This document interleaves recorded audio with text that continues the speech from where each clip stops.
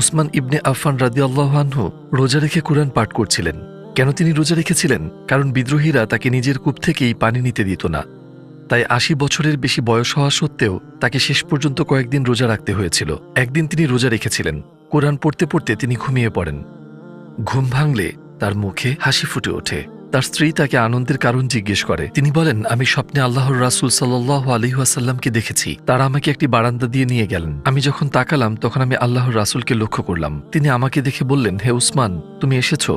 আমি বললাম, আমি এসেছি হে আল্লাহর রাসূল। তিনি বললেন, তারা কি তোমাকে ক্ষুধার্ত ও তৃষ্ণার্ত রেখেছে? আমি বললাম, হ্যাঁ হে আল্লাহর রাসূল। তিনি জিজ্ঞাসা করলেন, তারা তোমাকে বাধা দেয়, এমনকি তোমাকে মসজিদেও যেতে দেয় না, তাই না? আমি আবার উত্তর দিলাম, হ্যাঁ আল্লাহর রাসূল। তারপর তিনি বললেন, তোমার রোজা ভাঙবে না, আমরা আজ সন্ধ্যায় ইফতারে তোমার জন্য অপেক্ষা করছি। আর উসমান রাদিয়াল্লাহু আনহু সেদিন বিদ্রোহীদের হাতে শহীদ হন। যখন মৃত্যুই আল্লাহ ও তার রাসূলের সাথে সাক্ষাতের একমাত্র বাধা, তখন মৃত্যুকে ভীতিকর ও অপছন্দনীয়